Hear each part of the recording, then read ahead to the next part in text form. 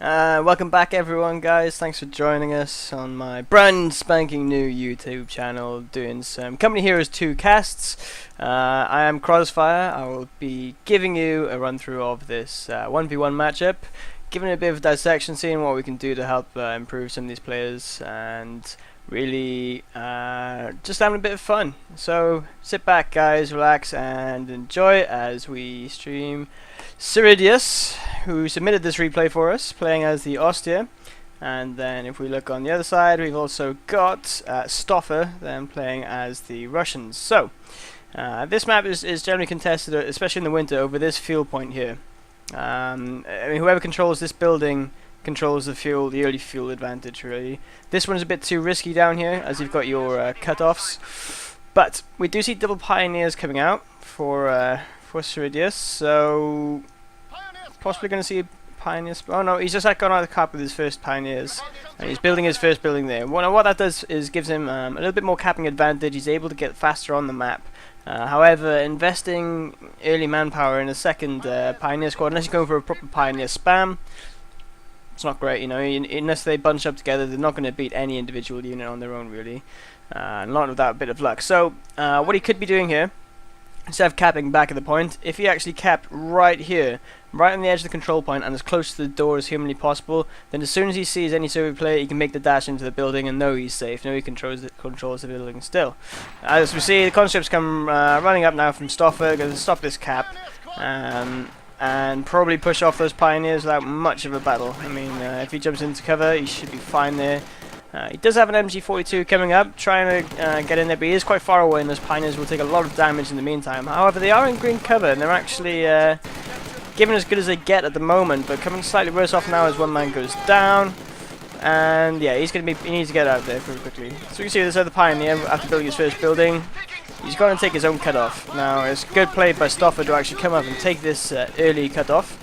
If we didn't throw a off yet, he hasn't actually capped anything else down the bottom side of the map. He's just gone straight for the cutoff to deny any of these resource points, sorry, for Cyridius. So he's pushed off on one side there, and he was pushed off on the other side as well. It's never a good start when you're pushed off on two fronts. He's got this MG42, who's I missed that. That actual pioneer squad went down. So he has gone for another pioneer squad now. Again, you know, it's only 40 manpower away from getting a full-on grenadier squad, which would be a lot more effective. These conscripts are going to handily jump into this building and not take any more suppression from this MG42, rendering it pretty ineffective. So yeah, he's going to go up from cap now with this, but he's down at 2 points. And if I just turn the Fog of War off again, on the other side he's got 4 points, connecting up one fuel now, connecting up another 5th point. So it's a huge early advantage lead. Look. I don't think getting another pioneer squad was really what he needed to do there. He needed to get another grenadier squad out, solidify his army as it was, because you know he's weak enough losing a unit within 2 minutes of the game anyway. But there we are. He's managed to secure his own cutoff now. So we're going to see which fuel he's going to focus on, because at the moment they're both in the hands really of Stoffa. So this conscript card comes in, and again, unless he might again he went the wrong way there. Look, he went behind here for the cover. Now, because he was running away, because he had his back to them, they're not shooting. So that's all free damage that the conscripts were getting off on the pioneers there. If he decided to jump in this building, he would have got a few shots off. He would have had the extra benefited armor from the building itself as well. He wouldn't have been able to hold that point regardless, but he would have given some more damage than he would have gotten anyway. So up here we see this MG42 now opening fire on the building, not doing a great deal of damage, but hopefully he's going to notice this Ura Dub conscript squad. He's going to change his fire. Is he going to change his fire? Too late, unfortunately, so you have to reset real quick now. But this is a delicate time. I don't know if he's going to make it in time. He might get a couple of shots off now. No, they just walk straight on past him. Look, there we are. So that's how you flank German MG. But it's kind of poor for him to be sat right here anyway. I mean, he did have a good original view, but you need to sort of corner yourself off. So if he'd gotten this corner, he would have had no sort of angles for flanking, really. But you just need to be aware at all times. The MGs are now different from vanilla Company of Heroes, where you can just change target without having to get up, reset, go back down again. If they're in your field of fire, right click and they should do the job. So anyway, the army, he's now got 3 pioneers out, so that's 4 pioneers in total. He's got the Grenadier squad and also the MG. This Grenadier squad might not be in the aggressive position there. You can see this, there you are, 2 Pioneer squads trying to take on this 1 Conscript squad. So far 2 losses. MG42 is able to set up now, but he's in green cover, so it's going to take a while for him to actually get it. Gets off like a Molotov, and yeah, there's decent damage in this Pioneer squad. Meanwhile, down here, look, it's not an even trade really, because he's given veterancy now to the Conscript there. He has to back out down. Look, he ate that Molotov as well down there, so that was difficult for him to sort of maintain the 2 different fronts. So this MG42 isn't set up, and this Pioneer squad isn't really doing much. He's finishing off the capping of this, I think, but I'm not too sure he's going to go after that. Again, these Pioneers are capping the wrong point. You know, they're not doing anything decisive there. I'm going to pause the game real quick because I want to have a quick analysis. Basically, he had a difficult start. There's no two ways about it.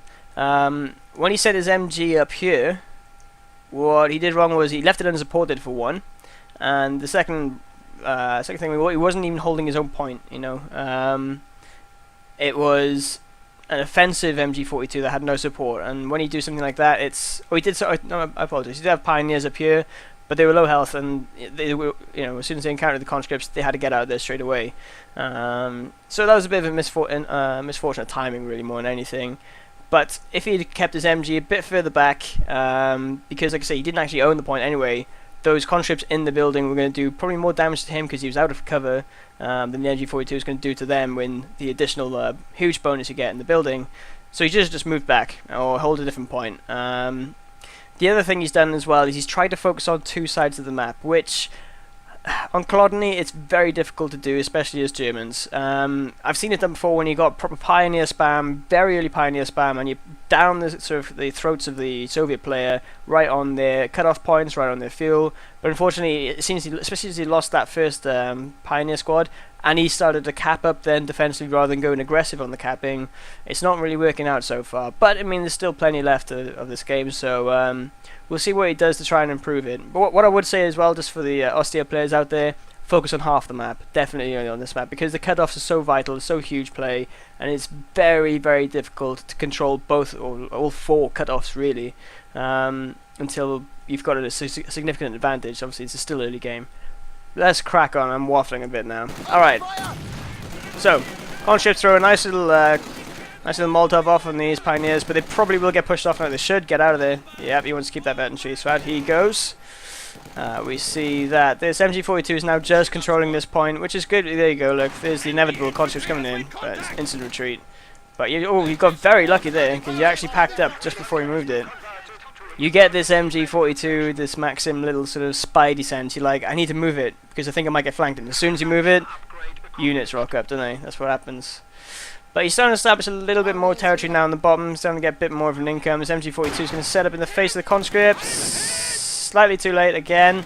I don't know if you knew Rod for that, which is sad, because, again, when you're going aggressive and trying to cap with your MG42, they can see your MG42 coming in from a mile away. And the setup times are difficult at best, especially with sort of the user input delay that there is at the moment. So, again, capping with an MG42 that's unsupported, no go. Okay, in base then, he's actually got his healing up, which is alright. You know, he's going for early preservation of his units, which he does need. But after losing that initial squad, I don't know if he really had the manpower to spare it, because obviously he's fielding a lot less units. If I just quickly switch over to Stoffa at the moment, he's got 4 fully manned conscripts, and his engineers are now building his tier 3. So we're going to see T-70s popping out probably quite soon. Is that tier 3 or tier 4? Yeah, that's tier 3. I'm confusing myself, my bad. Let's get back to the action anyway. So you see this conscript squad now. Zurad passed in, and they've actually capped this point. So this victory point is more of a desperation, because you won't actually get any of the I don't know if you actually get resources from the actual victory point themselves, so just check that out before I do these casts. But this MG42 is going to get back in his old position now, keep this place nice and locked down, but all the rest of this map is now open. So he's noticed this, and he's got his Pioneers out capping, which is the only thing they're really good at the moment, because, you know, he hasn't really got much fuel to tech or anything like that. Conscripts though are going to come in and start pushing these guys off very quickly.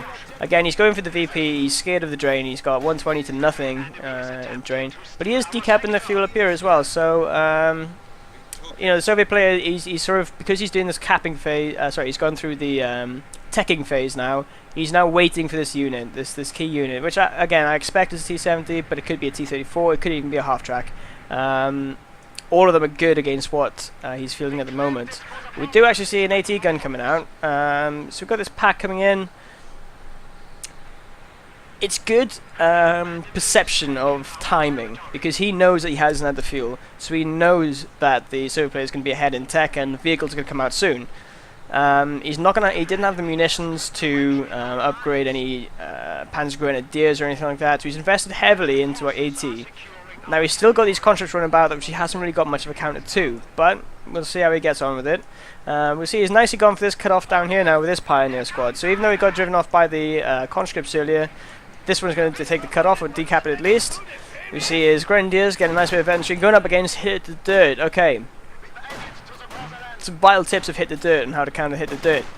Use your rifle nades. Okay, rifle nades are much more effective than satchel charges, simply because they have a larger area of effect damage. So now we see the T-70s coming into play. He's revealed his key unit now, Stoffa.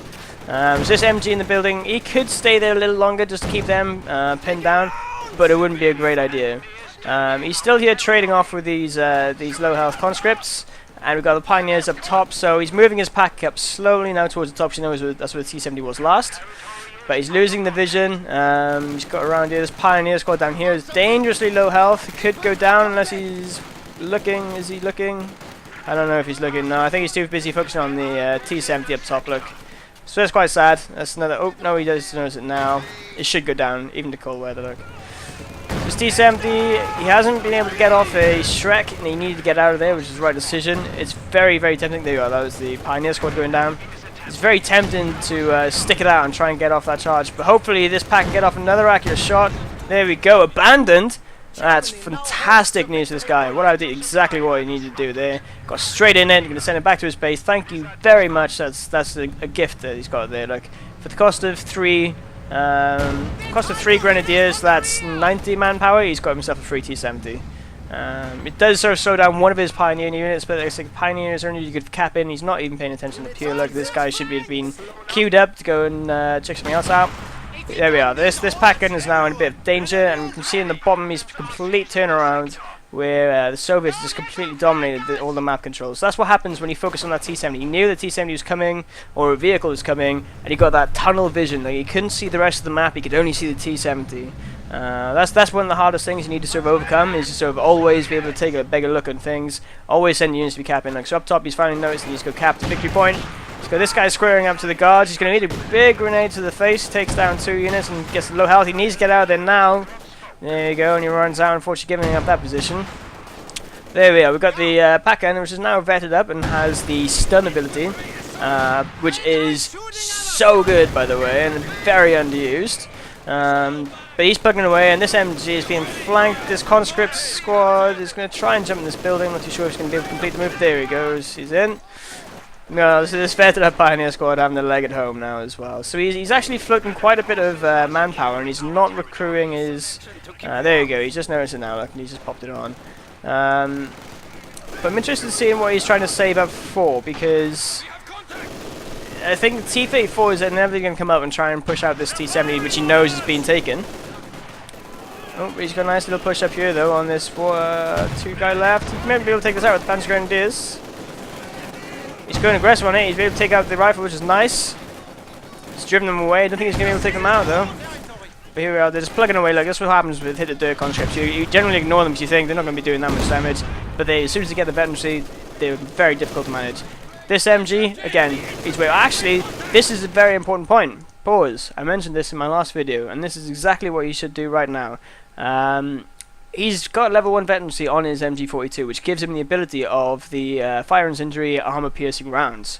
He turns that on against those guys in that building, and they will melt in no time whatsoever. Is it worth 50 munitions? Absolutely. There's a squad down, and he's even taken out the PPSH, which is 20 munitions alone. So... that's something for you guys to be aware of. That ability tears apart anything that's in the building. Because the unit in the building can't be suppressed, it doesn't get the suppression defense bonus, and it can't get pinned or anything like that as well. It can't move, so do it. It's great use of play. But I mean, unfortunately, it's wasted down there at the moment. He's defending an area that he's not really sort of focusing on. If he'd had this this cutoff still, yeah, it's a much better place to put it in the cutoff. But there, you know, there's nothing else there for the Russian player to go for. You know, it's only this one point, and he's got the rest of the map anyway. So, you know, if he just leaves that guy in the building, he's going to plug away at the MG42. He's already picked 1 kill off of him. So that's something for you guys anyway to know about the whole ability. So we'll continue completing with this replay now. We'll see his Panzergrenadier squad, who has picked up the PDRS rifle, is going to be capping the top VP. Meanwhile, this point is now going to be taken as well, so he's down to 2 control points. There we are. So he's... Did he actually activate it? I didn't see. Maybe he just ran away. Yeah, I think he just ran away. But anyway, he's going to take off this cutoff point now. Which is a better position, because he's got this covered, he's got this area covered. He can still be flanked very easily from this area, but he just wants to control his cutoff, so anything that he does manage to cap down here will be viable. This T-70 now is in play, which is a great relief from shore for him. He is banked up on quite a bit of manpower and fuel. He's got enough saved up for a mortar if he wanted to call in. I think a mortar call in could be doing quite well. He knows he's going against hit the dirt, so those mortar shots are really going to be effective. But anyway, he's been tagged with the 18A. He's going to have to crawl around a little bit, wait for one of these pioneers. Where are you guys? Anyway, he's got some coming in there for him. But I mean, it's an effective stop. I mean, was that worth the 25 munitions, 30 munitions? Yes. I mean, it's taking the time out. Again, it's wasting another unit's time that could have gone capping, could be fighting. It's now not. It's now trying to recover this. So yeah, definitely worth it. So this MG, nice placement here. Obviously, this cone of fire is covering both major entrances, and this third one here as well. So he gets a nice pin out there. Be happy with that. If he had that mortar half track, he'd be laughing right now. But instead, he's still saving up his manpower and whatnot. I'm not too sure why. Goodness, nice little grid off there. He's going to have to get out, and he had the nice little flank around as well, because he didn't have anything watching up here. So well played again there by Cyridius. Nice little flank and nice true sight abuse there. It's not abuse at all, actually. It's a very good part of the game. This Pioneer squad needs to get out. He can't stick up to this PPSH guy. There we go. T-70 now fighting off some conscripts. Takes down 2. Gives them vet 2. And they're going to run straight away again. That's fine. It's a good play. He's got the advantage in the fuel. He knows that he's going to be getting bigger and better tanks. He could roll out with an Su-85 any time now. And really dominate the armor side of the rest of this match. Apart from this one pack, mind. This pack is keeping him in the armor game. But there we are. There we see the T-34 has just been revealed. Look, so he's going to start plugging away at these Panzergrenadiers. Very expensive to lose, but a nice grenade going off from that conscript squad. He's not got any strikes he needs to get out of there, which he does recognise. Down here we see the Grenadiers picking away the guards rifles, taking them quite low actually, which is quite nice. But once again, these Pioneers are spent up time to repair this T-70. He's keeping it out of the way of the T-34 for now, which was okay, but I think he should have, he should be using this pack and his T-70 a lot more. T-70s do decent damage against tanks, okay? This is what people don't understand. When you actually veterancy up to level 2, level 3, you can start taking 3, 4, 5 pack shots. You can do a lot of damage to the rear armor of tanks. So, and the mobility of it, obviously, you can easily enough outflank a Su-85. Sorry, no, if you're playing against Germans, you can flank, I don't know, an elephant if you really could get in that range. But anyway, you can see he's gone fishing now, and this is bad. He's trying to get this Panzerfaust off, I imagine. But no, he's going to retreat, and now this T-70 is in a bit of trouble. Because he wasn't able to damage the engine of this T-34. If he really wanted to, he could just ram him. But no, he's just going to chase him down. He's got better armor, he's got a better gun, and there we are. Like, he's starting to punish him, and it's a throwaway waste because he did not back it up with the pack. Like I say, he should have seen that come in, really just laid up the trap and waited for him to come in. He's going to start using the self-repair, which means he's not going to be firing off any more shots as well. It's alright, he's trying to do a cute little micro dance, which is working. It's keeping him alive a little bit, but you know, he's going to start getting hurt soon. So up top, this MG42 is now up to veterancy 2. Great. Picking away at these guys, but they won't get suppressed because they're hitting the dirt. You know, these Pioneers aren't doing anything. There you go, the T-70 went down. Sad T-70. Didn't get many kills off for him. He didn't use his full potential. I mean, the other thing he could have done with the T-74 wasn't going to bait. He could just go and go wherever the T-34 wasn't. So as soon as you knew the T-34 was right side of space, go run around and sort of try and pick off some units or something, you know. Just Pioneers now got the flak off, but I mean, because they're on hit the dirt, they're still doing full damage and nice armor bonus. Pioneers are in trouble. Yeah, they're getting out of there. Nice little mine, I guess. Was that a little mine? No, it must be in the back shot. He's back with 6 kills, which is pretty good actually for a pack. And he's now being backed up nicely with his Grenadiers and his Panzer Grenadiers. He's kind of all in right now at this one point. Up against 2. There you go. The MG42 goes down. Veteran MG2, MG42 is a big loss. He's now got no sort of ability to control or defend an area. He does decide to recruit with his Grenadiers and get him out of there as soon as possible. He is still in the fire though. So he's still taking damage. And these guys are hitting the dirt anyway. So they're not going to be getting suppressed. They'll just be taking some damage. And these Panzer Grenadiers are freezing. This is not the all-in he wanted. You know, as soon as you covered that MG42, he needed to get out. And here we go, the AT gun now suffers because he's left it in there way too long, trying to pick away at infantry. It should go down with no problem at all. These conscripts should handily finish it off. There we go. Another big loss because, again, that was something else that was vetted. So he's left now. He has got still these Spanish Grenadiers, and he has got the Grenadiers. He's floating 850 manpower, which is huge. I imagine what he's trying to do. He's trying to get out that Panzer IV to counter the T-34. Listen, don't worry about the T-34, mate. You've got bigger problems on your plate right now. You're massively losing the infantry sort of battles here. What you really needed to get was possibly another MG, possibly the mortar to deal with hit the dirt as well. It's a light vehicle, it's easy to keep alive, easy to vet up. Another Panzer Grenadier squad would be great as well, and keep them unupgraded, because then when you get the munitions you can upgrade them against T-34s. There's plenty more options for you to go, but I just don't think, I think the Pioneers threw you at first, and you know, obviously he had the map advantage. There's no two ways about that, but saving that much when you're losing this much ground, you can't afford to float this much. You know, you need to manage your resources a lot better.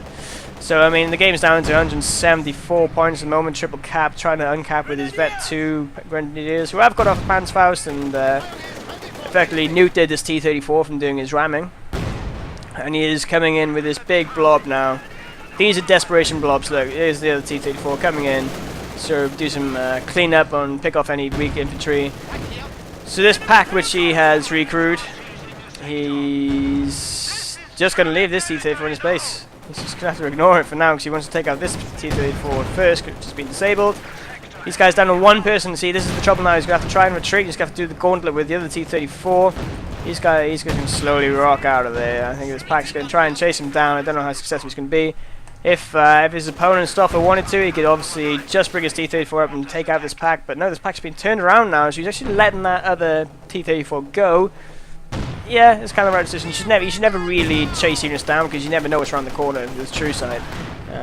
So taking out these 3 shots now on this T-34, yeah, he's happy with that. You know, that's down to half HP and 2 shots, 2 accurate shots from the pack, which is never a good, never a frequent ability. But there we go, 3 shots off. He's going to push him out for now.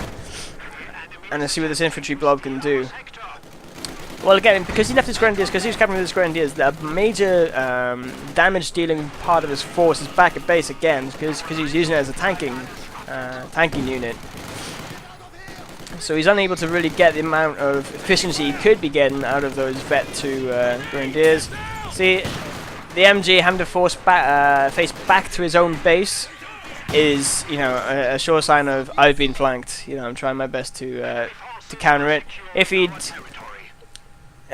he'd backed his play up with a bit of mines, I appreciate obviously he's behind the map, but oh, there you are. He was floating. I think I've seen it about 1200, but now he's decided to get 3 Panzer Grenadiers. If he bought those 3 Panzer Grenadiers 5 minutes ago, they could have done a whole world of pain and a massive number on these guys, but unfortunately these T-34s are just going to bully him out of any sort of prospects now of really coming back in the game. And change the fog of war off for 1 second and just have a look at Stoffa. There we go. Wow, look at that. So in comparison, then he has 4 conscript squads still. Veteran 1, 2 Veteran 2 and Veteran 3. He's got his guards which are upgraded as well. He's got 3 T-34s out, all of them just chilling. Combat engineers going out to repair it, everything. Huge map control, and I feel like this is a little bit of a last hurrah now from our buddy Cyridius, who is trying to go for this one avenue again. I mean, it's sad because you look at this side of the map and he's got nothing down here. Because he's just got this tunnel vision that I need to control the top of the map, and he hasn't been able to adapt and switch the other side and react to his opponent's like push and force and pull and flow. You know, he's lost the manpower attrition war massively. So you know, like I say, he really could have managed his resource better. He could have got the mortar squad, mortar half track out and used the full potential of his commander choice. He could have got a couple more MG42s out early on. There's quite a few different things he could have done to really neuter the advance. I've said neuter twice this video. I never say neuter. Yeah, you get the idea. He's capped this point. Why? It's not doing anything for him until he caps this point, you know. P4 now finally out, but way too late in the appearance, especially since he's going against 3 T-34s. And again, he's just fighting this never-ending battle of wave after wave of conscript, where he's not inflicting that much damage. He's taking a lot more in return. Yeah, it's so sad. I mean, if he decided to go for a vehicle, you could have actually run over these guys. If you got out, like I say, a Stug 3. Stug 3s aren't great units, but they run stuff over, and that's what you can do. There you are, look. So there you are. Oh, actually, just you are. Sorry. I thought he'd double hit there. If he double hit the dirt there, he's got a period where he can't get up. So either he's going to retreat or he can just run over them. Very simple. But it's hard to pull off against good players, I think. So yeah, he's able to decap now this bottom victory point, but he's still taking a huge amount of losses from these conscripts who are just sitting outside his base. There you are, getting out of there now. And he's got his lockdown with minimal units, look. Minimal units indeed. So these guys have been sitting about. Anyway, look, all these Panzer Grenadiers were completely unused. Even if he was just capping up this bottom half of the map, he could have done that so long ago. But unfortunately, he's lost this VP race. You know, in his mad focus up here, which he couldn't sort of strive away from. He's missed all the VPs, missed all the territory advantage, and there we are. So an airstrike coming down now from the Soviet player, and what we're going to see. So we can see the Stuka 130 millisecond. I don't quite remember what size it is. Does decent damage against infantry and light vehicles. Now these Panzer Grenadiers really showing what they should have been doing all game, especially when there's no MG42s at all to actually just stop that sort of big ball push. Can he get this Vet 3 guy out? He's not going to get this Vet 3 out. It doesn't matter. The game's over, you know. Or he's actually going to hold on to it. He's actually going to no, he's not. This point's going to get capped. He's going to decap this point, but it's going to tick out eventually for him. This one T-34 now just sort of laughing, taking shots up the ass like cheap tanks do. It doesn't matter. He's won the game. You know, it's from this point on. This point on, Cyridius could have got stronger and stronger if he had really paid attention and he sort of was able to stop the bleeding a lot earlier than this.